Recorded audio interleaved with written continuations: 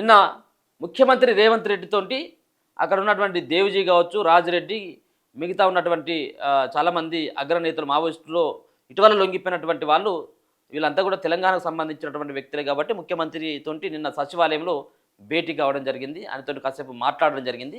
వాళ్ళు ఏమి మాట్లాడుకున్నారు అన్నటువంటి విషయాలను కూడా ఒకసారి చూస్తే, ప్రజాస్వామ్య పద్ధతులతోనే ప్రజల ఆకాంక్షలకు సహకారం, లొంగిపోయిన మావోయిస్టు నేతలతో ముఖ్యమంత్రి, సచివాలయంలో రేవంత్ను కలిసిన మావోయిస్టు నాయకులు, పొరుగు రాష్ట్రాల్లోని పునరావాస ప్యాకేజీలను పరిశీలించి తమకు తగిన న్యాయం చేయాలని విజ్ఞప్తి. దేవ్జీ ఏదైనా పార్టీలో చేరాలనుకుంటున్నారా? సీఎం ప్రశ్న. ప్రజాక్షేత్రంలో ఉండి కార్యాచరణ రూపొందించుకున్న తర్వాత నిర్ణయం తీసుకుంటున్నామన్న దేవ్జీ ఆయన కూడా ఒకసారి చూసుకోవచ్చు. వాళ్ళు నిన్న అక్కడ కలిసి మాట్లాడడం జరిగింది. చాలా అంశాలపైన కూడా డిస్కషన్ అయినట్టుగా కనబడతా ఉన్నది. నిన్న వాళ్ళు సచివాలయంలో కలిసి వాళ్ళు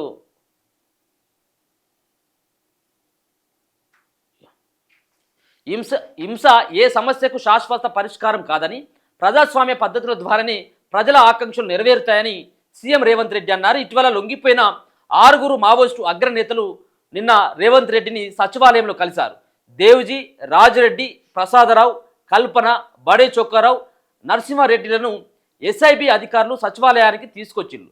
ప్రభుత్వ సలహాదారులు కేశవరావు, వేం నరేందర్ రెడ్డి, ప్రభుత్వ ప్రధాన కార్యదర్శి Ramakrishna Rao, DGP Shivdhar Reddy, intelligence chief Vijay Kumar, SIB chief సుమతిల సమక్షంలో రేవంత్ రెడ్డి పలు అంశాలపై మాజీ మావోయిస్టు నాయకులతో ముఖాముఖిగా మాట్లాడిల్లట. లొంగిపోయిన మావోయిస్టుల అభ్యర్థన మేరకే అధికారులు ఈ సమావేశాన్ని ఏర్పాటు చేశారు. సాయుధ పోరాటాన్ని విరమించి ప్రధాన జనజీవన స్రవంతిలో రావడానికి అవకాశం కల్పించినందుకు సీఎంకు మావోయిస్టు నాయకులు ఈ సందర్భంగా ధన్యవాదాలు తెలిపారు. మావోయిస్టులకు పొరుగు రాష్ట్రాల్లో ఇస్తున్న పునరావాస ప్యాకేజీలను గమనించి తమకు తగిన న్యాయం చేయాలని వారు కోరారు. లొంగిపోయిన మావోయిస్టుల భద్రత, పునరావాస ప్రయోజనాల కల్పనలో ఎలాంటి లోపాలు ఉండబోవని సీఎం రేవంత్ ఈ సందర్భంగా వారికి హామీ ఇచ్చారు. ప్రజాస్వామ్య మార్గాన్ని ఎంచుకున్నందుకు వారిని అభినందించడం జరిగింది. అయితే ఇక్కడి కంటే ఎక్కువగా, అంటే తెలంగాణలో కంటే ఎక్కువగా బయట ఛత్తీస్గఢ్ కావచ్చు, మహారాష్ట్ర లాంటి ఈ ప్రాంతాల్లో ఎక్కువగా మావోయిస్టు అగ్రనేతలు తెలంగాణ నుంచి ఉన్నప్పటికీ ఎక్కువ మంది అటు నుంచి వాళ్ళు వెళ్తూ ఉంటారు. కాబట్టి అక్కడ ఏదైతే మావోయిస్టులకి పునరావాసాల కేంద్రాలు కావచ్చు, వాళ్ళు వీడికి వచ్చిన తర్వాత, అంటే జనజీవన స్రవంతిలోకి వచ్చిన తర్వాత కొంత భూమి కావచ్చు, ఆర్థిక సాయం కావచ్చు, ఉండడానికి ఇల్లు కావాలంటే అటువంటి సదుపాయాలు కల్పిస్తూ ఉన్నారు. అవి పరిగణలోకి తీసుకొని ఇటీవల లొంగిపోయినటువంటి వాళ్ళకు కూడా అటువంటియే ఇస్తే బాగుంటుంది అన్నటువంటి ప్రపోజల్ పెట్టడం జరిగింది. ఇంకొకటి 5 ఎకరాల భూమి కూడా ఏదో ఇవ్వమని చెప్పేసి అంటే దానికి కొంత ఆయన సంకోచించినట్టుగా తెలుస్తూ ఉంది ముఖ్యమంత్రి. నిన్న గెలవడం జరిగింది. ఈ అన్ని అంశాలను కూడా ప్రస్తావిస్తే, ఏదైనా పార్టీలో చేరాలనుకుంటున్నారా? ఇటీవల లొంగుబాటు సమయంలో తాను రాజకీయాల్లోకి రావాలనుకుంటున్నానని తిప్పిరి తిరుపతి అంటే దేవ్జీ ప్రకటించిన నేపథ్యంలో ఏదైనా రాజకీయ పార్టీలో చేరాలని అనుకుంటున్నారా అని దేవ్జీని సీఎం రేవంత్ ఆరా తీసినట్లు తెలిసింది. ప్రజాక్షేత్రంలో ఉండి కార్యాచరణ ప్రణాళిక రూపొందించుకున్న తర్వాత నిర్ణయం తీసుకుంటానని తిరుపతి సమాధానం ఇచ్చినట్లు తెలుస్తుంది.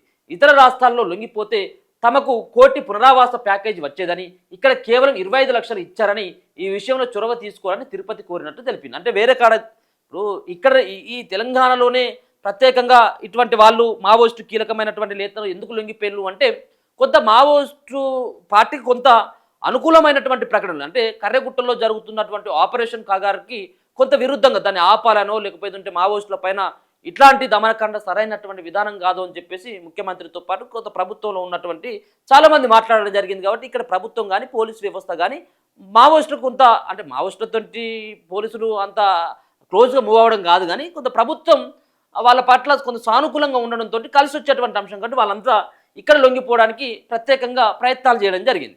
కానీ వేరే రాష్ట్రాల్లో కనుక వీళ్ళు లొంగిపోయినట్టయితే ₹1 కోటి పరిహారం వచ్చేది.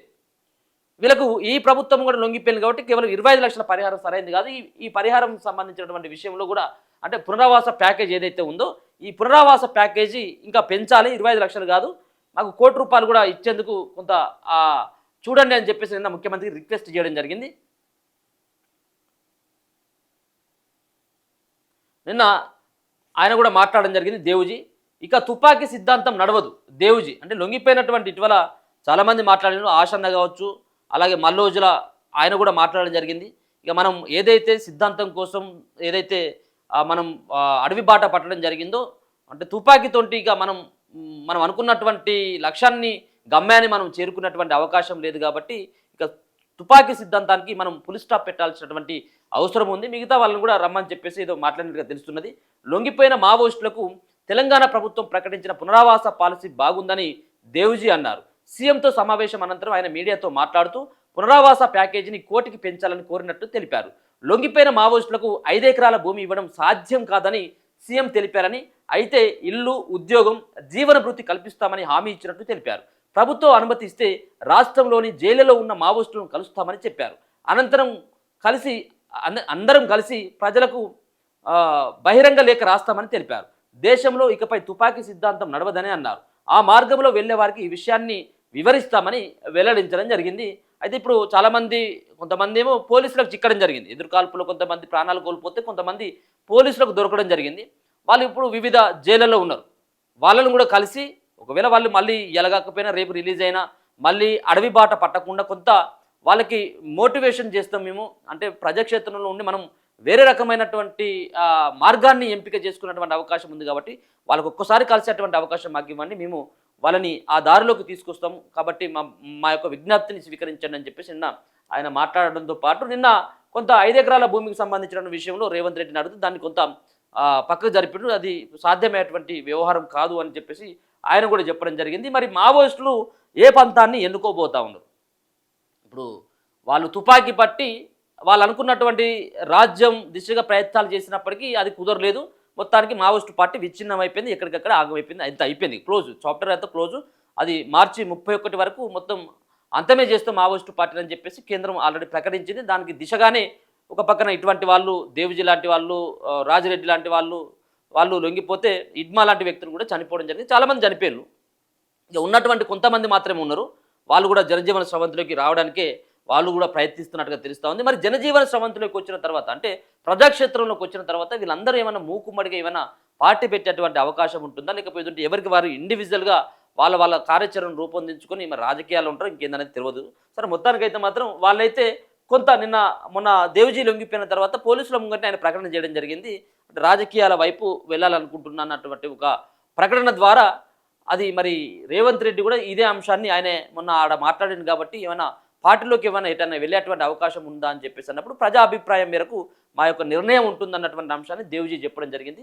అతి త్వరలో, అంటే ఇంకొక 3-3.5 సంవత్సరాలు ఉంది కాబట్టి తెలంగాణలో ఎన్నికలకి, సో వాళ్ళ సిద్ధాంతాలకి కొంత అనుకూలంగా ఉన్నటువంటి పార్టీ వైపు ఏమైనా వెళ్తారా, లేకపోయినట్టు వాళ్ళే ఏమైనా ప్రత్యామ్నాయమైనటువంటి ఒక పార్టీని ఏర్పాటు చేస్తారనేది మనం భవిష్యత్తులో చూడాలా.